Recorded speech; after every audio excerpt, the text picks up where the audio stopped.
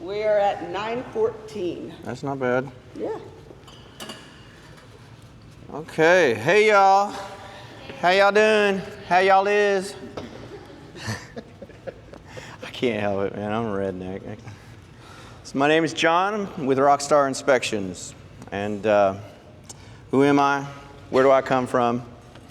I'm Trek Real Estate Commission Licensed Inspector 24095. So that lets you know that there's a few of us out there.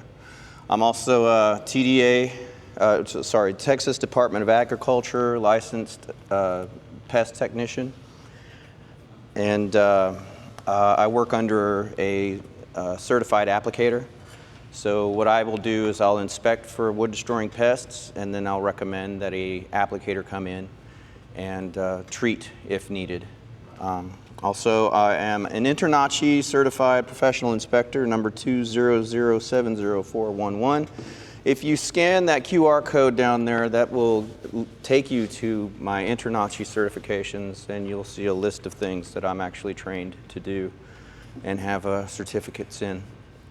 That is great in that you can search that on me, and it'll give you all the information you need to know as far as my continuing education. Trek licensed inspectors are required to get like 32 hours of continuing education every 2 years in order to relicense. It's not something a lot of us take lightly. We're very focused about the types of training that we get because that's what sets us apart from other inspectors.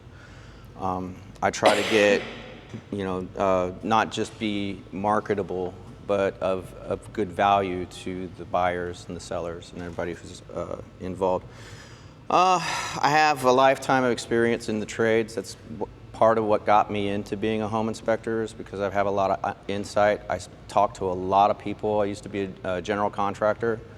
So I would hire on guys, plumbers, electricians, HVAC guys, roofers. I would bring those guys on, and they would educate me on standards, the International Residential Code, things that are required at the time. And I'm still very much in contact with those people today. I pick their brains all the time. I want to know what the new standards are.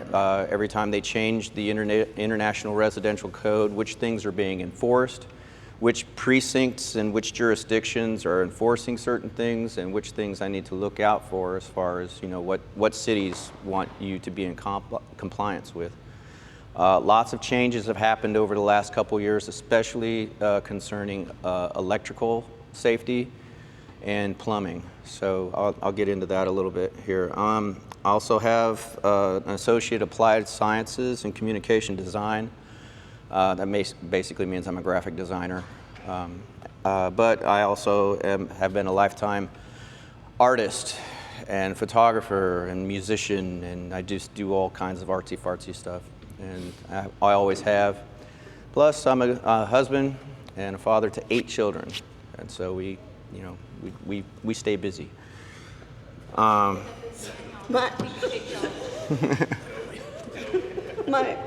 brain immediately goes to child support. Right. It's amazing. That's why you don't get divorced from your family. To give you a little bit of insight about why I do what I do. I am an educator at heart. I really have a passion for helping people be informed about the most expensive investment in their life. Is pretty much your home purchase. And so I really take great pains to make sure that buyers and sellers know what it is that they have and the condition of the property that they own or are buying. So that's why.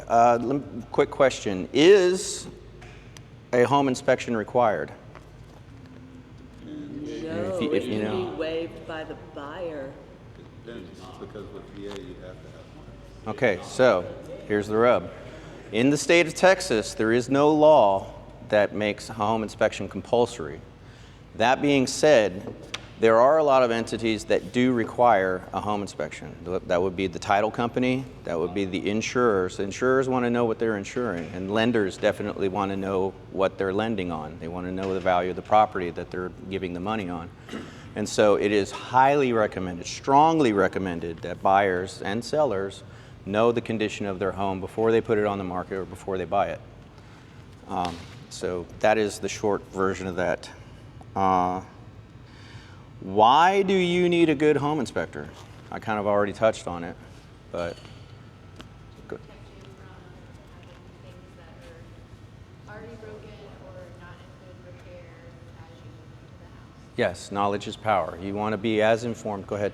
Recommend that anybody buying a home or selling a home, go ahead and hire an independent home inspector, get their own report.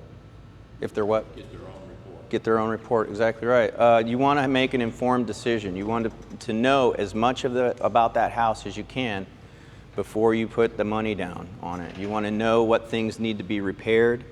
You want to know what things are, if you've got appliances that are reaching the end of their service life, like the condenser and the air handlers, you want to make sure those are where you want to know if your water heater is 10 to 15 years old, because by that time it's reached the end of its life. And let me tell you, most people don't maintain their water heaters, and so they just load up with sediment, and the filament that's in the middle just gets corroded. You're supposed to drain your water heater once or twice a year. Ask me how I know. Bad news bears. Yeah, I will get to that in just a minute, but. I was going to say a good home inspection also, if you do it personally, if you're buying a home, negotiate a little too. That's right. That's exactly right. It gives you leverage as far as what your allowances may be. You want to know which things are valid things, which things are optional, and which things get grandfathered in. There's grandfather clauses on certain things. Certain standards, when the house were built, certain standards were in place. Those standards remain in place when the house is sold 20 years later. Some things do need to be updated, like electrical panels. If you've got something that's like an old Zinsco panel or a stab lock, you need to get that replaced, because there's a high probability of an electrical fire. Those old panels are really require replacement. Let's see. So good home inspectors should give you analysis of the home and the condition of its structural components and the related appliances and utilities. So you want to know if you've got drains that are clogged. You want to know if your plumbing fixtures are corroded or leaking. You want to know if there's staining and damage going on under the sink. That's giving you an indicator that you've got leaky plumbing. You want to make sure that the switches all work for all the fixtures for the electrics. You want to know that your ground fault circuit interrupters are in the wet areas of your house and on the exterior. You want to know that you have arc fault circuit interrupters in the livable spaces so that you don't have an electrical fire down the road. You want to know as much as you can. You want to know how much insulation is in that attic of yours. If you have insufficient attic insulation, your electricity bills are going to go through the roof. You want to know what the condition of your roof is, and whether it's at the end of its useful life. And a lot of times, home inspectors are not required to walk on roofs, but I walk on every roof that I possibly can, because you get a much more thorough evaluation of the actual integrity of those roof covering materials. Now, when I can't, I will always call in a roofer to come in and do that part of the inspection for me, so that I get a thorough analysis. And sometimes they use a drone, sometimes they get up there because they've got the long ladders and stuff. But generally, unless it's unsafe conditions, I will walk a roof whenever possible, just because you get a much more thorough analysis of what's going on with that house. Foundations, you want to make sure that those foundations are solid, that because we have expansive soils, those expansive soils will expand and contract and allow those foundations to shift around a bit. And so you'll see sometimes the difference between something that is just an expansion crack or an actual structural crack based on what the foundation's doing and where you're at. If you walk on certain floors, you can feel you have an altimeter in your brain case that will tell you if you're going higher or going lower. And that is a good way of judging whether or not your slab is moving. Or if you're on if you have a pier and beam, you want to know what's going on underneath that crawl space, whether you've got leaks or whether you've got wires or ducting that are touching the ground. You want to make sure there's no critters going on, all kinds of stuff. There's all kinds of neat things that you need to know. I think I got to that. Who uses home inspectors? It's not just buyers and sellers. Who else uses home inspectors? Homeowners. Exactly right. Homeowners, after you've bought a house, your house is constantly in a state of entropy. It's falling apart from the minute the sticks get up. And it's good to know, or it's good to find out those things you don't know, because you don't know what you don't know. So you should have your house evaluated periodically, just to make sure that you know what's going on with it. The home inspector is going to immediately identify if you've got bad trim or bad siding that needs to be repaired, replaced, or repainted. Home inspector is going to be able to tell you if you've got flow issues with your plumbing, if you've got low pressure, or just all kinds of stuff that you would want to know about your house. And then he can also recommend the qualified professionals to come in to help you fix your house. So it's not just a one-time in and out. You had a question or a statement? Okay. So also, buyers, sellers, insurance agencies, they want a TREC inspection a lot of times just to make sure that they know what they're covering. Also, banks and lenders, they definitely use home inspectors because they want to know what's on their books. Especially with like foreclosures. If a bank forecloses on a house, they want to know what they've borrowed or what they've lent against, so that when they put the house on the market, they know what they've got. And then contractors use home inspectors for all kinds of things. They use them for draw inspections. Anybody know what that is?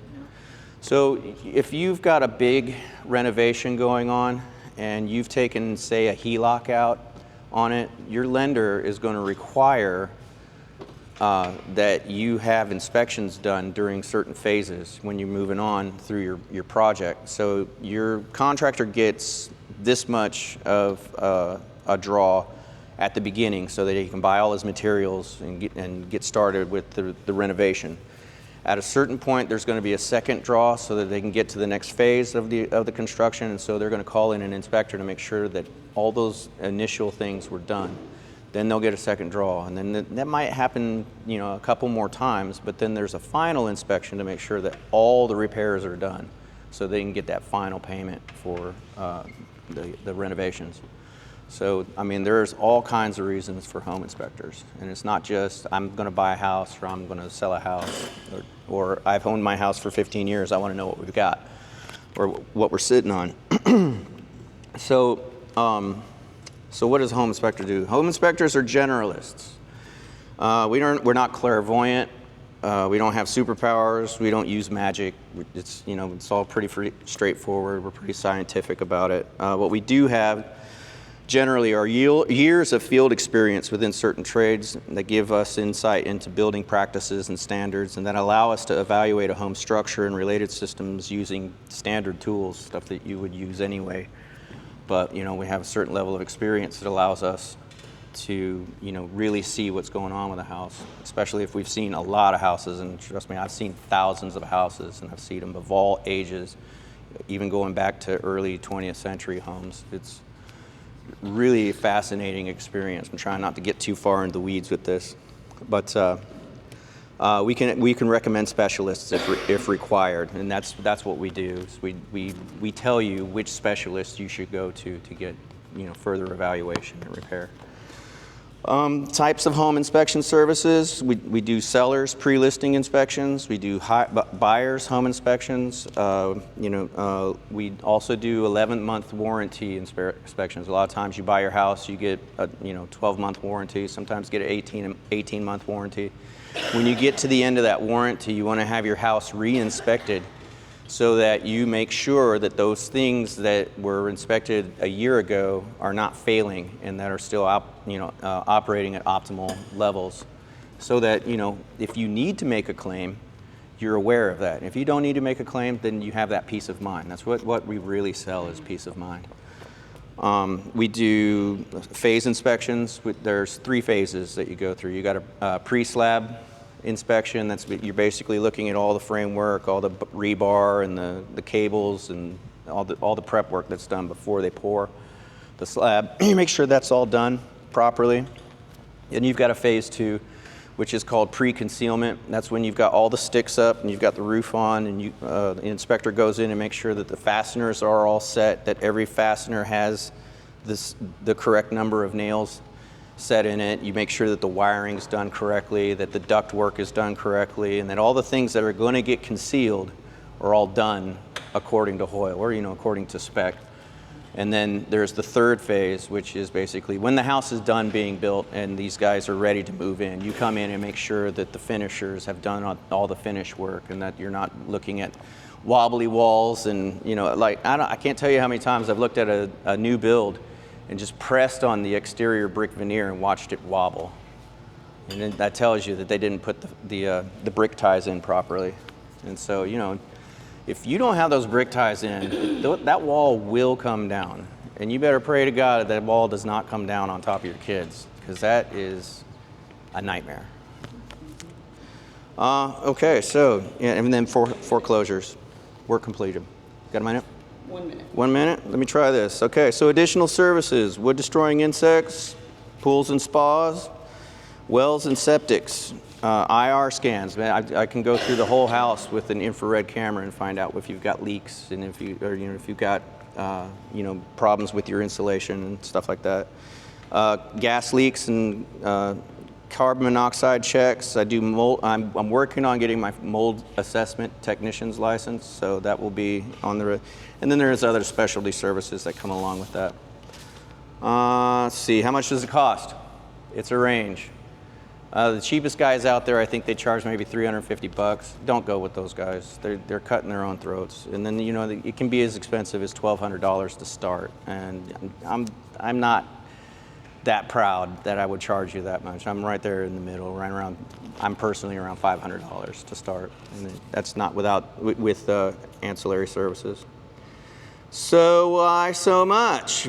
You're not paying for my time. You're paying for my experience. So it might take me 3 hours to get through the home inspection, but I'm looking over every system of that house, and so you're paying for that experience. I have a good inspector. Why should I choose you? Not all inspectors are the same, and this is all subjective. Not all inspectors are going to look for the same things. We all come from different backgrounds. We're all going to be looking for different things. We're all going to be doing different things. So not all home inspectors are going to give you the same level of service. Okay, and whatever area do you inspect? I don't know. The whole entire DFW Metroplex. So if you got friends out in Frisco, McKinney, Hillsborough, you let me know, and I'll be there.